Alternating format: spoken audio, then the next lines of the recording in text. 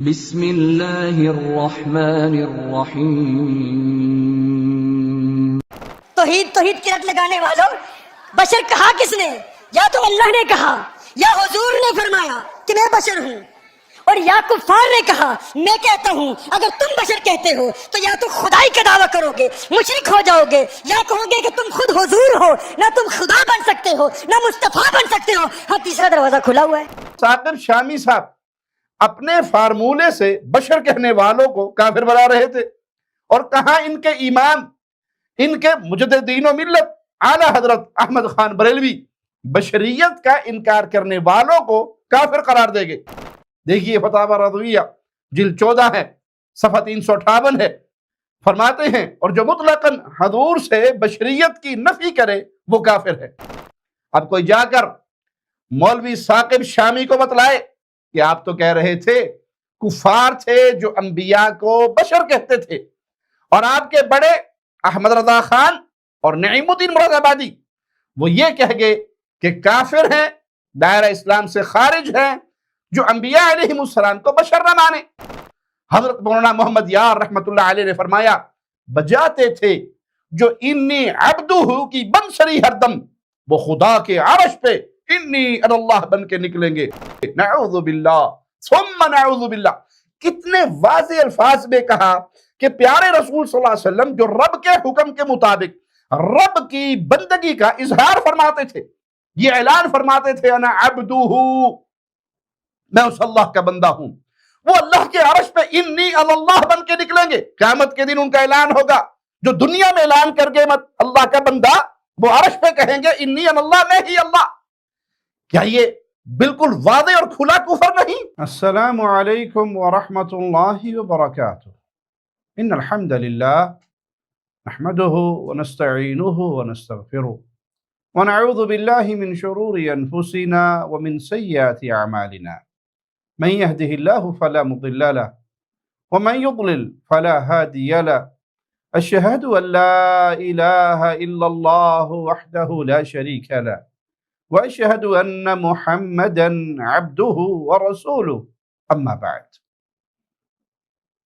ثاقب شامی صاحب کی تقریر کے جواب میں ہم نے یہ بات عرض کی کہ ان کا یہ دعویٰ بالکل باطل ہے کہ جو رسول اللہ صلی اللہ علیہ وسلم کو بشر قرار دینا، یا تو یہ اللہ مالک کی طرف سے ہے، یا رسول اللہ صلی اللہ علیہ وسلم نے خود اپنے آپ کو بشر کہا، یا پھر آپ کو بشر کہنے والے کفار تھے۔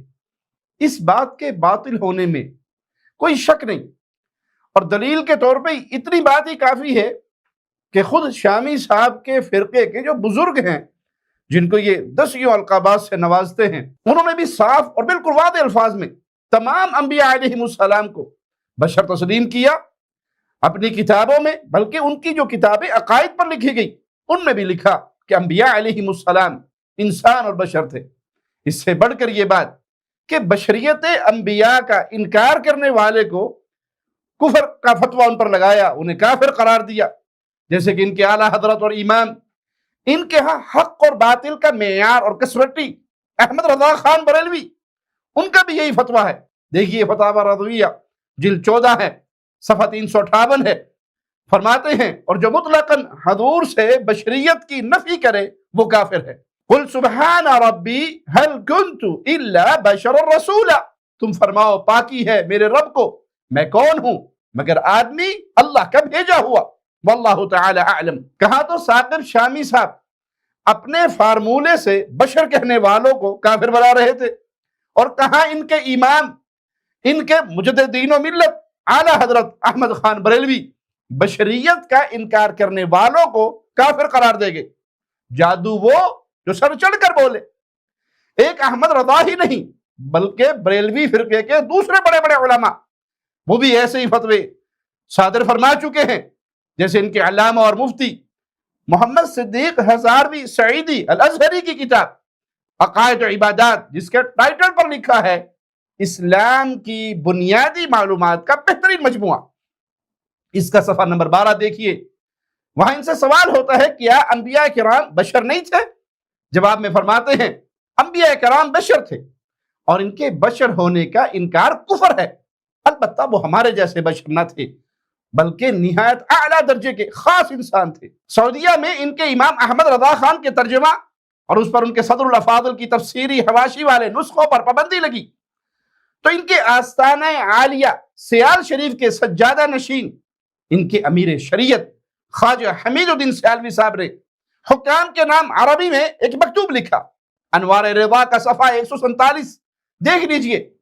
اس میں احمد رضا خان اور ان کے صدر الافاضل نعیم الدین مراد آبادی کے بارے میں لکھا، صفحہ 148 پر، ایسے نابغہ روزگار عالم انبیاء اور رسل کی بشریت کا کیسے انکار کر سکتے ہیں، جبکہ قرآن کریم گواہی دیتا ہے اور صراحتاً بیان کرتا ہے کہ انبیاء بشر ہیں۔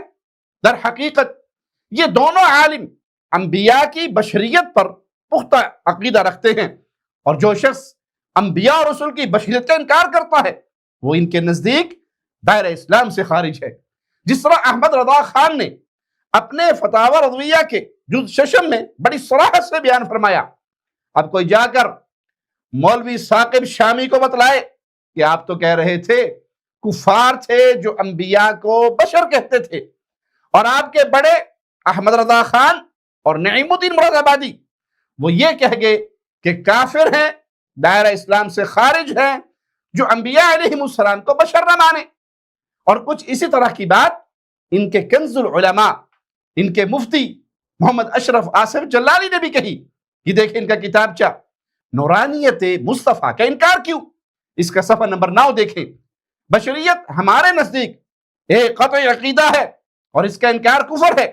اب ایک طرف ان کی یہ وضاحتیں ہیں کہ ہم تو جناب انبیاء کی بشریت کا انکار نہیں کرتے، ان کے انکار کرنے والے کو کافر اور دائرہ اسلام سے خارج مانتے ہیں، دوسری طرف ان کا رویہ بتاتا ہے کہ یہ بشریت کے منکر ہیں۔ دیکھیے ان کے حکیم الامت احمد یار نعیمی کی کتاب ہے جاء الحق، صفحہ 145 دیکھیں، سورۃ کہف کی آیت نمبر 110، قل انما انا بشر مثلکم یوحى الی، کہہ دیجئے میں تمہاری طرح بشر ہوں، مجھ پہ وحی کی جاتی ہے۔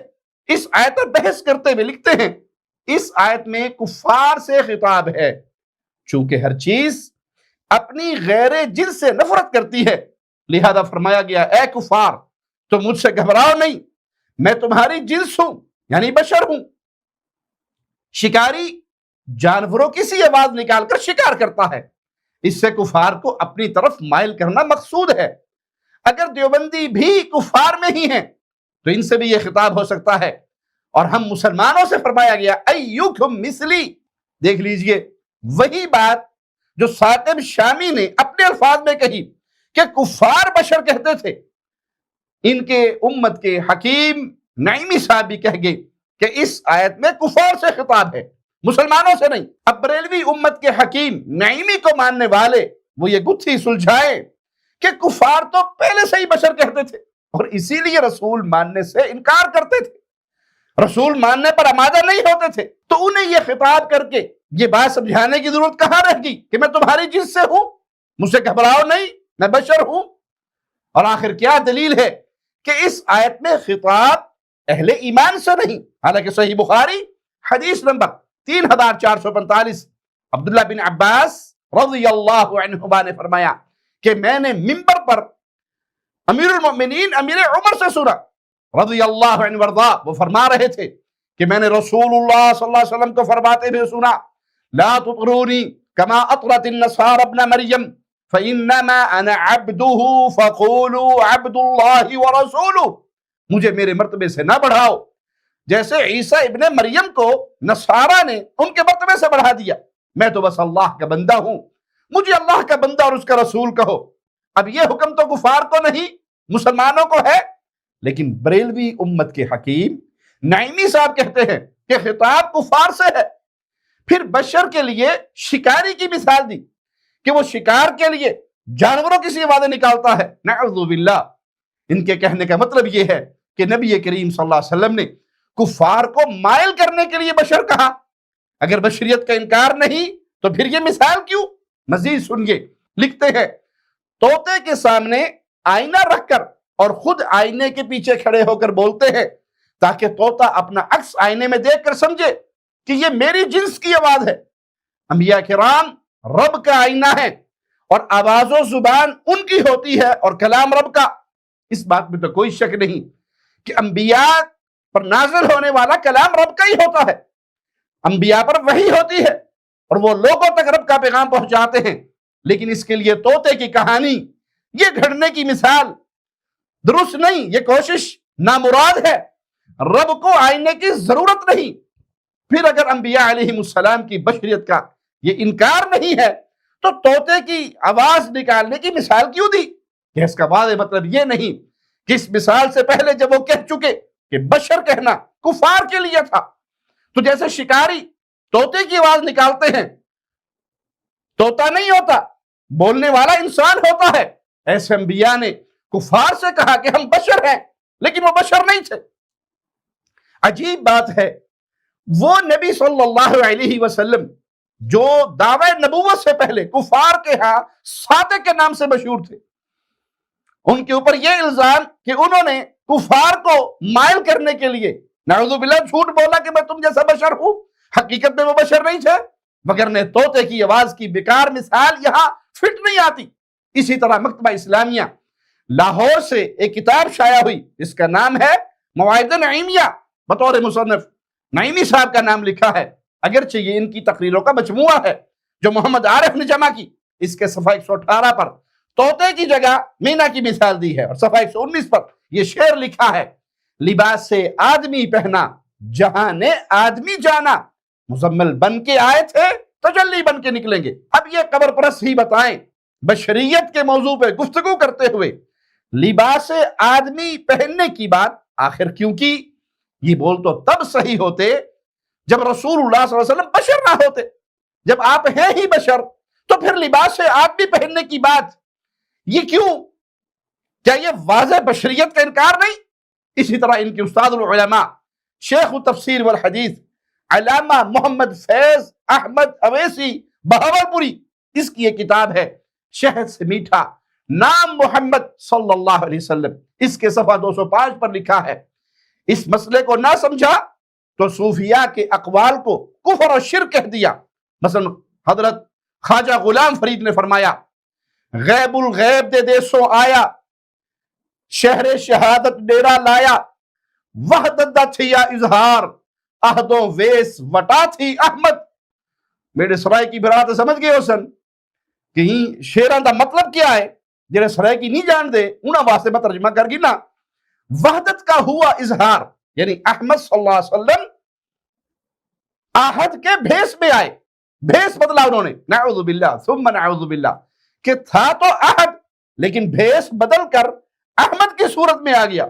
مزید سنیے، فیضی اویسی بہاولپوری اسی صفحے پر مزید لکھتے ہیں: حضرت مولانا محمد یار رحمت اللہ علیہ نے فرمایا: بجاتے تھے جو انی عبدہ کی بنسری ہر دم، وہ خدا کے عرش پہ انی اللہ بن کے نکلیں گے. نعوذ باللہ ثم نعوذ باللہ. کتنے واضح الفاظ میں کہا کہ پیارے رسول صلی اللہ علیہ وسلم جو رب کے حکم کے مطابق رب کی بندگی کا اظہار فرماتے تھے، یہ اعلان فرماتے تھے: انا عبدہ، میں اس اللہ کا بندہ ہوں. وہ اللہ کے عرش پہ انی اللہ بن کے نکلیں گے. قیامت کے دن ان کا اعلان ہوگا. جو دنیا میں اعلان کر کے مت اللہ کا بندہ، وہ عرش پہ کہیں گے انی اللہ، میں ہی اللہ. کیا یہ بالکل واضح اور کھلا کفر نہیں کہ وہی قیامت کے دن اللہ ہوں گے اور اللہ ہی احمد کے بھیس میں اس دنیا پہ آئے؟ بتائیے ذرا کافری اور کیا ہے اگر یہ کفر نہیں ہے؟ بلا شبہ رسول اللہ صلی اللہ علیہ وسلم رب کے سب سے عظیم بندے، آپ اللہ کی مخلوق میں بڑے، سب سے افضل و اعلیٰ، اللہ کے بھیجے ہوئے رسولوں میں سب سے آخری رسول. اللہ نے جو محمد صلی اللہ علیہ وسلم کو شان دی، عزت دی، مقام دیا، وہ کسی اور کے نصیب میں نہیں. باوجود اس عظمت اور شان کے آپ اللہ کے بندے تھے، آپ اللہ نہیں تھے. تو مسئلہ بشریت کا ہی نہیں، یہ قبر پرستوں امام الانبیاء کو اللہ قرار دے چکے.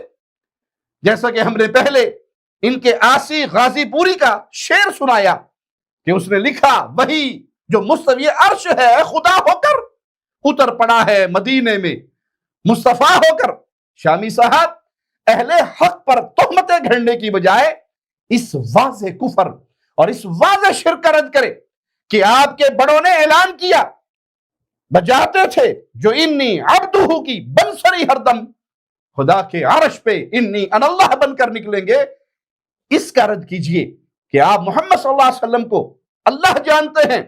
آپ کے بڑوں کے اشعار میں یہ چیز موجود ہے کہ میم دی بروڑی کا فرق ہے احمد اور احد کے درمیان، یہ میم کا برقع ہے، حقیقت میں انہوں نے لباس آدمی پہنا، احد تھا، احمد سدوایا اور زمین پہ آگے، یہ کھلا ہوا کفر ہے، یہ کھلا ہوا شرک ہے، اس کا رد کیجئے۔ اللہ آپ کو توحید کا فہم عطا فرمائے۔ اقول قولی ھذا واستغفر اللہ لی ولکم ولسائر المسلمین۔